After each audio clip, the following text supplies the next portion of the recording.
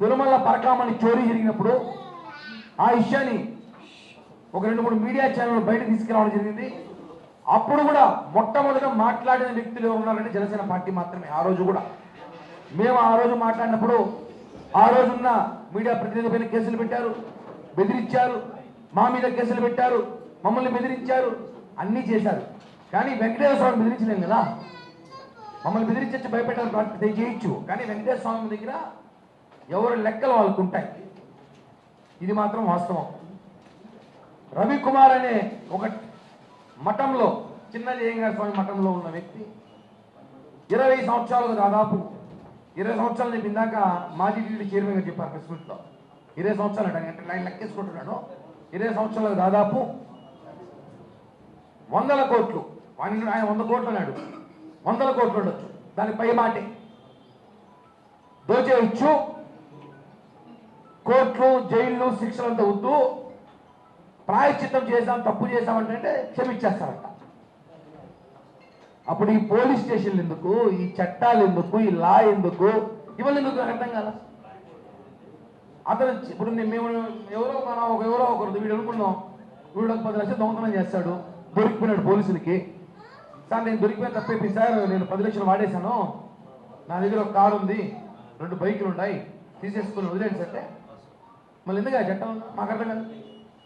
అలాగే దొరికిన దొంగ నా ఆస్తి 40 కోట్లు వర్క్ చేస్తుంది, దాన్ని మీకు టీటీడీకి ఇచ్చేస్తానని చెప్పి ఆ రోజున అధికారులు ఎవరైతే ధర్మారెడ్డి మరియు ఉన్న పోలీస్ అధికారులు ఎవరైతే ఉన్నారో, ఎస్ఐ కాడి నుంచి ఎస్పీ దాకా, ఒకరు కాదు, ఎస్ఐ కాడి నుంచి ఎస్పీ దాకా ఉన్న అధికారులందరూ కూడా ఆ రోజు వాటాలు వేసుకొని పంచుకున్నారు.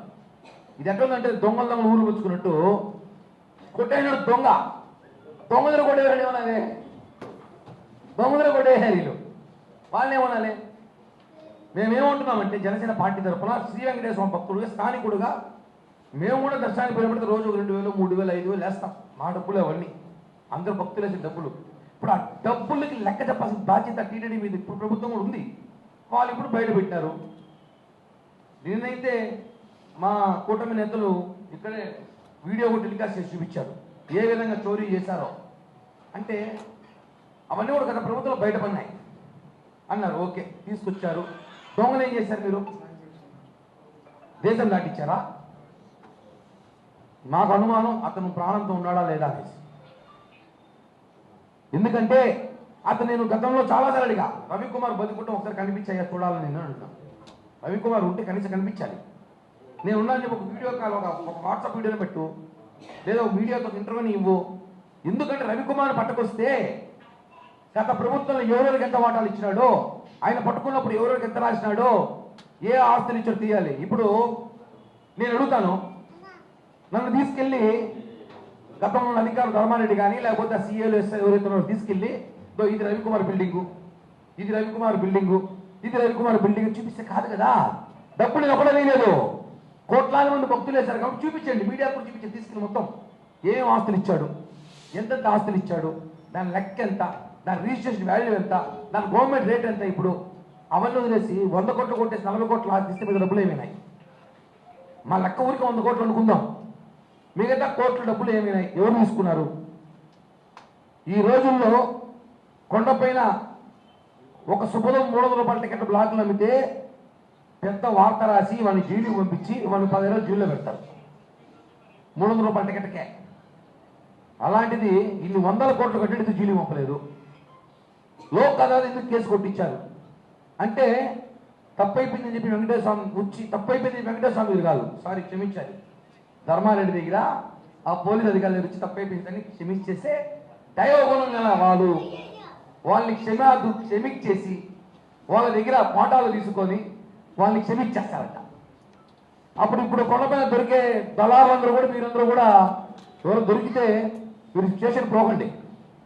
గత ప్రభుత్వంలో ఉన్నప్పుడు వాళ్ళ దగ్గర పోయేసి మేము తప్పు చేసి తెలియకుండా టికెట్ ఇచ్చేసాము అని క్షమాపణ చేస్తారట.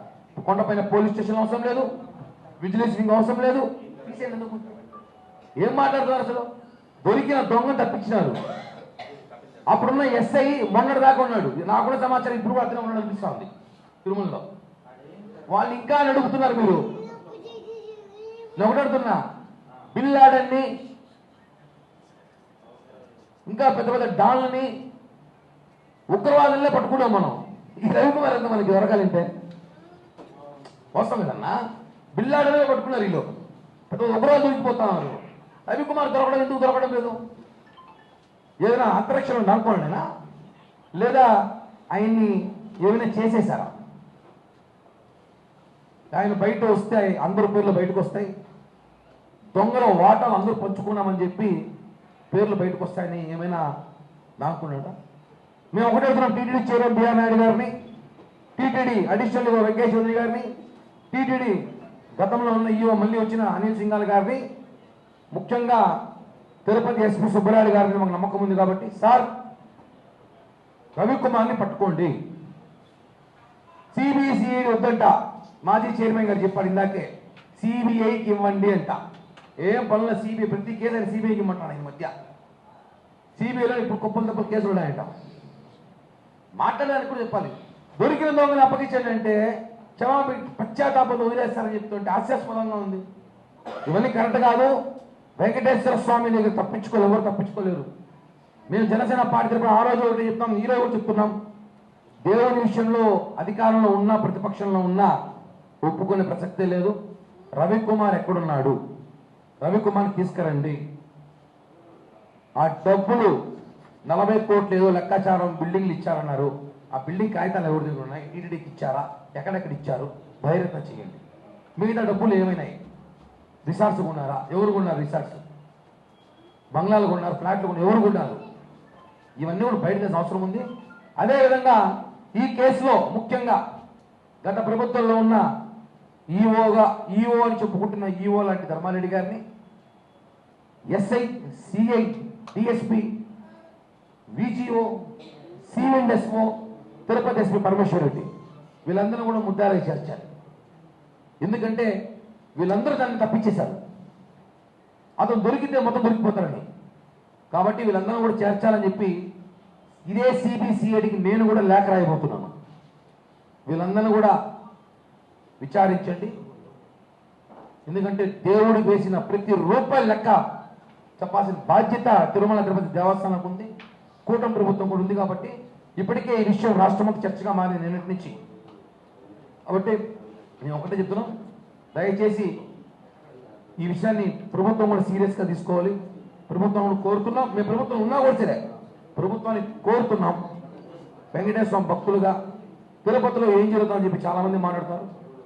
దేవుని డబ్బు అంత వందల కోట్లు కాజేసి ఒక మనిషిని తప్పించేశారంటే ఎంత పెద్ద కుట్ర ఇది. ఇది పెద్ద నేరం అని చెప్పి కూడా తెలియజేస్తున్నాం.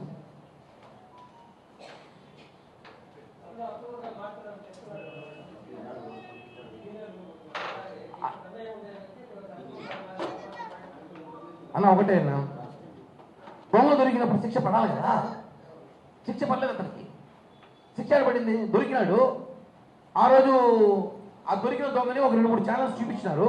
వాళ్ళని బెదిరించినారు, వాళ్ళ మీద కేసులు పెట్టినారు, వాళ్ళని ఇబ్బంది పెట్టినారు, డిబేట్లు పెట్టారు. దాని మీద అన్నీ జరిగింది కదా. అసలు డాడా కనీసం చూపించారు, దొంగను పట్టుకున్నాము, అదో వీడే దొంగ అని చెప్పాలి కదా. నువ్వు దొంగను దాచిపెట్టేసి మీరు వాటాలు వేసుకొని పంచుకునేసి లోకల్ కాంప్రమైజ్ కేసు అయిపోయిందంటే ఎలా? అదే 100 రూపాయలు 2 రూపాయలు 1000 లక్షలే కాదు కదా. 100 కోట్లు సాక్షాత్తం మాజీ చైర్మన్ చెప్పాలి. ఇప్పుడు 100 కోట్లు ఆయన చెప్పాలంటే అది 100కి 3 ఉండొచ్చు, 300 కోట్లు ఉండదు. ఎవరు డబ్బు 300 కోట్లు? వెంకటేశ్వర డబ్బు. ఇలా 300 కోట్లు కానీ టీటీడీలో ఉంటే, తిరుమల తిరుపతి దేవస్థానంలో 300 కోట్ల డబ్బు కానీ ఉంటే ఈరోజు తిరుపతిని అద్భుతంగా ఇంకా స్మార్ట్ మోడల్స్ రెడీ చేయొచ్చు. దానికి కాదు రవికుమార్ పేరు పెట్టచ్చు కింద, రవికుమార్ స్మార్ట్ సిటీ అనేసి. 300 కోట్లు చిన్న విషయమా? 300 కోట్లుగా అయ్యాడు. 100 అబద్ధం. కాబట్టి దీని సీరియస్గా ఎన్ని మాట్లాడినా, ఎవరెన్ని చెప్పినా, ఎన్ని కట్టుకథలు చెప్పినా వాళ్ళ తలనరుకుంటారో, చేతులు నరుకుంటారో, కాళ్ళు ఏమి నరుకుంటారు. ఆ డబ్బు మాకు చూపించేసి, మా లెక్క మాకు చూపించేసి, మా భక్తులు మనోభావ దెబ్బతీయకుండా చూస్తే మీరేమో నరుకుంటారు మాకు. అదే దాని మీద ఖచ్చితంగా ప్రక్షాళన జరుగుతుందా, బ్రహ్మోత్సవాలు తీసుకుంటామని చెప్పారు చైర్మన్ గారు. మన ఈఓ గారు మాట్లాడుతూ కూడా ఇంకా వైసీపీ సంబంధించిన మనుషులు, మాజీ చైర్మన్లు కాదు, వైసీపీ సంబంధించిన మనుషులు ఇంకా ఉన్నారు. వాళ్ళని మార్చాలని చెప్తుంటా. వాళ్ళ వల్లే చాలా విషయాలు బయటికి వెళ్తున్నాయో, లేకపోతే వాళ్ళే చెడగొడుతున్నారో, ఏదో జరుగుతుందని చెప్పి చెప్పాము. ఖచ్చితంగా బ్రహ్మోత్సవాల తర్వాత కానీ ప్రక్షాళన జరిగి అన్ని శాఖలు టీటీడీలో అధికారులు కానీ మార్చకపోతే మాత్రం జనసేన ప్రశ్నిస్తుంది, ఇది మాత్రం వస్తుంది. ఇప్పుడే వాళ్ళు ప్రమోషన్కి పనిచేస్తారు. అమ్మడి రాంబాబు ఇంక సాయంత్రం అయితే ఇంకోటి వస్తాడు, రేపు ఒకటి వస్తాడు. వాళ్ళు ఓడిపోయారు ఎమ్మెల్యేలు, ఏం పని లేదు. ప్రమోషన్ చేస్తే పేటీఎం డబ్బులు పంపిస్తాము, దానికి ప్రమోషన్ ఇస్తున్నారు. గత ప్రభుత్వంలో ఒక సినిమాకి 950 రూపాయల టికెట్ ఉన్నట్టు వాళ్ళే ఇచ్చారు. 10 ఏళ్ల క్రితమే బాహుబలి 2కి 1000 రూపాయల టికెట్ అమ్మినారు. మేము ఎవరు బలవంతం పెట్టట్లేదు. యుఎస్లో యూకేలో 2-3 లక్షల టికెట్లు వాళ్ళే కొనుక్కుంటున్నారు. ఇంకా తిరుపతిలో కూడా 2 లక్షలు 1 లక్ష కొనుక్కున్నారు. అభిమానం అది. ఓజీ సినిమా అంటే ఇది ఈసారి అది